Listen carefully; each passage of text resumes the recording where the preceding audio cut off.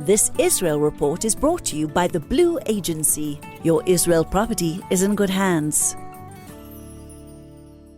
Owning properties in Israel can be a great investment, but challenging to manage if you're based abroad. The Blue Agency will manage every aspect of your property, finding and vetting tenants, maintaining your property and getting it rental ready, negotiating contracts and collecting rentals, reporting back to you regularly. The Blue Agency has built a reputation for trust and confidentiality over 20 years. The Blue Agency, your Israel property is in good hands. Contact us at www.theblueagency.com. The Israel Report for the latest news and insights with Anthony Reich. Anthony Reich, Boker Tov, and happy Tu B'Av to you. We were trying to find love songs, but Delilah, I don't think, is one of those. Boker Tov, Tu B'Av Sameach. Yes, with the songs or without the songs, I think we can still try and share a little love out there. It's been a difficult time for us as a nation. And in spite of this difficulty, we still find ourselves at odds with each other. So maybe this is all about trying to come together a little bit and to fight off the all the adversity that we find ourselves having to confront all the time. And one of the ways of doing that is by showing success in the business world. And there was an incredible announcement yesterday by Cyera, an Israeli cybersecurity company. We say it's an Israeli cybersecurity company. It's actually headquartered in New York, and it is an American company for all intents and purposes. However, it really comes from an Israeli base, and all this research and development for Cyera is being done in Israel. So I think it's okay to call it an Israeli cybersecurity company. But it signed a letter of intent yesterday to acquire another Israeli cybersecurity company, Oasis Security, for $1 billion. Oh my word! Now, wow. So this is really a great indicator and a great example of the fact that the startup nation has now really evolved into the scale-up nation. It's no longer a case that Israeli companies that have got a great PowerPoint presentation and a great idea and good technology are being sold for very little money and then being used by the great conglomerates out there in the world in order to develop their companies and their products. And now Israeli companies are able to stand on their own feet and really grow without having to be acquired or without having to sell themselves out to some of the world's bigger companies. And in fact, Cyera recently raised money at a valuation of $12 billion. So Cyera itself is worth something like $12 billion, although after this acquisition, I guess a lot more. And Oasis, which has only been going for 4 years, literally a 4-year-old company valued at $1 billion. Of course, the whole artificial intelligence world has really propelled both of these companies and caused them to grow substantially because Oasis really focuses on security around AI agents and artificial intelligence, non-human cybersecurity, and they're doing a brilliant job, and apparently they've got a great future ahead.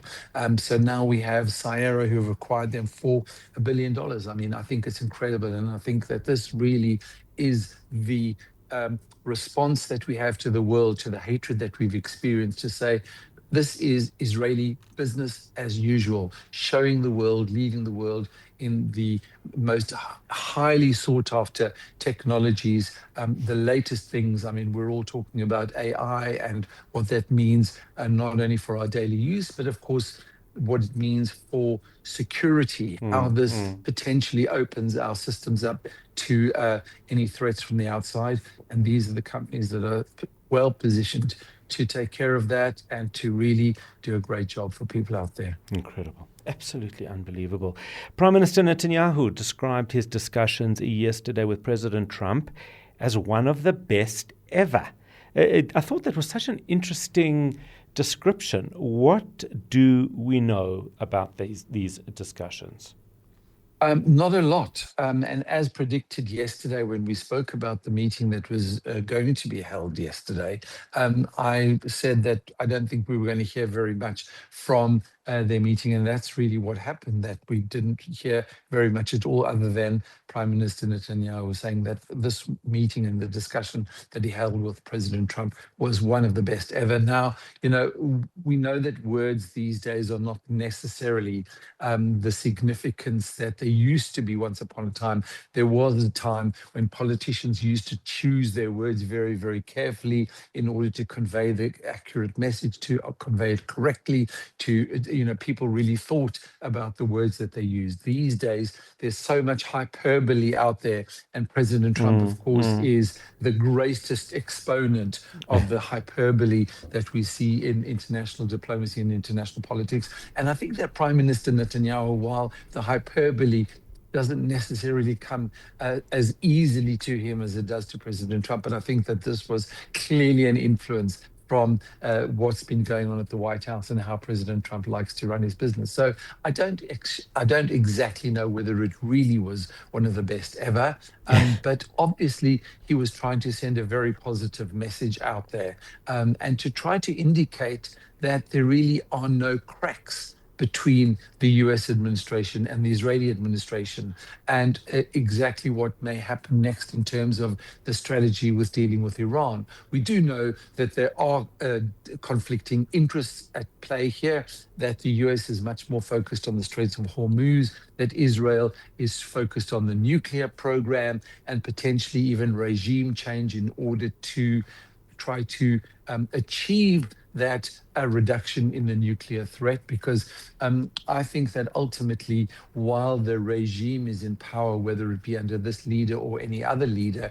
I think that while the regime is in power, the likelihood is that they will pursue a nuclear program come what may. And the only real way to get rid of the nuclear threat is not to bomb the reactors and to get rid of the enriched uranium, but rather to get rid of the idea, the people who are formulating the approach, to get rid of them in order to ultimately get rid of the nuclear threat. It's not the same as bombing Osirak in Iraq as we did back in the 1980s, and that kind of really put to bed the whole Iraqi nuclear threat back in the day. I don't think that we have the same situation here. So I think that there is still quite a lot of focus on how to engineer regime change, probably from within Iran.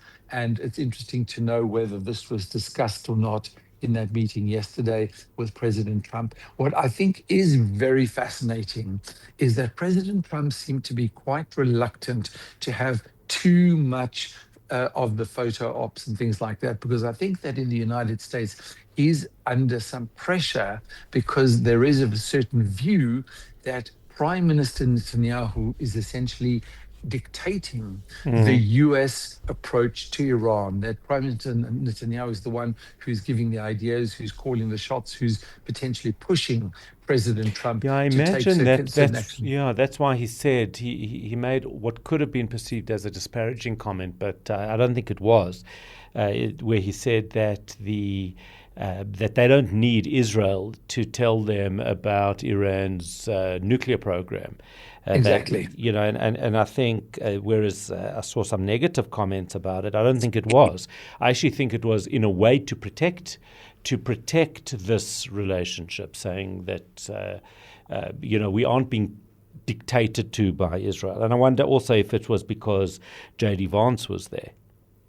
Well, of course, J.D. Vance, we know, has a slightly different view from the one that is currently being pushed forward by the regime. I think he's doing a relatively good job of towing the line, even though from time to time we do know that he does go a little off the derech. He does go a little bit off the chosen administration's view on things, and he expresses his own personal views, which don't really seem to tie up very easily with President Trump and the way that he's conducting his business. And therein lies some concern about whether J.D. Vance is really a proper presidential candidate once this term is over. It's only another 2 and a bit years away when a new president will need to be chosen. And the question is whether the Republicans will put forward J.D. Vance as their representative. I think that Israel would probably prefer not to see him as the next president. But the question is who instead of him, and therein lies some of there's a bit of a conundrum about who would be the best candidate for the next term. However, for now, we're dealing with the current term and the current administration, and so there were smiles, and it seems like the relationship still exists, even though we know that there are a lot of disagreements between President Trump and Prime Minister Netanyahu. There's no doubt about that. They don't see eye to eye on all of the matters. However, a very united front was presented, with Trump at the same time trying to make sure that the US electorate, who will be going to the polls for the midterm elections in another couple of months from now, don't have the sense that the current administration is being forced, its hand is being forced to behave in a certain way because Prime Minister Netanyahu is essentially more influential than he should be within the administration. What was also interesting about yesterday was that when Prime Minister Netanyahu went to the funeral of Lindsey Graham, he met there President Zelensky from Ukraine, who had also met with President Trump during the day. They hadn't met each other at the White House, but they did meet at the funeral. And there was some video footage showing a conversation between the two leaders, which looked quite fraught. It didn't look friendly at all. They were sort of standing a fair distance from each other with people in between. They were talking very, very seriously. Zelensky, for a moment, had to think about how he was going to respond to Netanyahu, and then came up with his response. It was very fascinating to watch the body language between the two of them, and it didn't look like there was a lot of love going on between those two leaders. But I know how would you like to interpret people's body language, and and I didn't see that. I'm going to after the show. Interpret. I'm going to go and have a look at that, because these things are normally very telling. I see that Israel senior officials have been warned of a possible personal attack by Iran, and I mean this has been ongoing, but this seems it appears to have been ramped up. Is my reading of this correct? Absolutely. It seems as if Iran has actually stepped up its attempts to somehow physically harm current and former senior Israeli officials, including apparently a group, apparently a hit list that they've put together of current incumbent ministers, trying somehow to score some quick strategic psychological achievements in the near future. And it was interesting that when Prime Minister Netanyahu left for his trip to Washington, the time and location of his departure were not published. And ultimately, it turns out that instead of leaving from his usual location at Ben Gurion Airport, he actually took off from the Nevatim Air Force Base in the south of Israel. And we understand that that was because there was a specific threat that had been detected against the Prime Minister in terms of his trip to Washington, and potentially involving his flight, his plane, his takeoff. I'm not exactly sure what, but the location and the time were changed around in order to address that. And also quite interesting is that the cabinet meeting, the weekly cabinet meeting that had been convened on Sunday morning just before the Prime Minister departed, was apparently held in an underground facility somewhere, rather than at the usual location of the Prime Minister's office in Jerusalem. And some official within the Prime Minister's office actually attributed this move to a specific security concern that had been detected against individuals, against individual ministers, and hence the move of that meeting to a more secure location, in order, on the one hand, not to disrupt the ordinary day-to-day operation of the Israeli government, but on the other hand, to make sure that everybody's kept safe and sound. So we understand that the Mossad has said that they've managed to actually foil a number of Iranian intelligence networks that have been recruiting operatives through criminal organizations in order to try to infiltrate Israel in order to harm senior officials. But there is certainly a sense that this operation to try to score these strategic psychological achievements in the relatively short term and potentially even prior to the next round of elections has really taken hold. And everybody's trying to go about their normal daily business to be a lot more secure. And we understand that security around Israeli officials has been ramped up significantly in response to the situation. Certainly something to keep an eye on. That's where we leave it. That was the Israel Report with Anthony Reich. Thank you as always. We can catch Anthony tomorrow morning for the Israel Report, the daily Israel Report at 7:45. That Israel Report was brought to you by the Blue Agency. Your Israel property is in good hands. Owning properties in Israel can be a great investment, but challenging to manage if you're based abroad. The Blue Agency will manage every aspect of your property, finding and vetting tenants, maintaining your property and getting it rental ready, negotiating contracts and collecting rentals, reporting back to you regularly. The Blue Agency has built a reputation for trust and confidentiality over 20 years. The Blue Agency, your Israel property is in good hands. Contact us at www.theblueagency.com.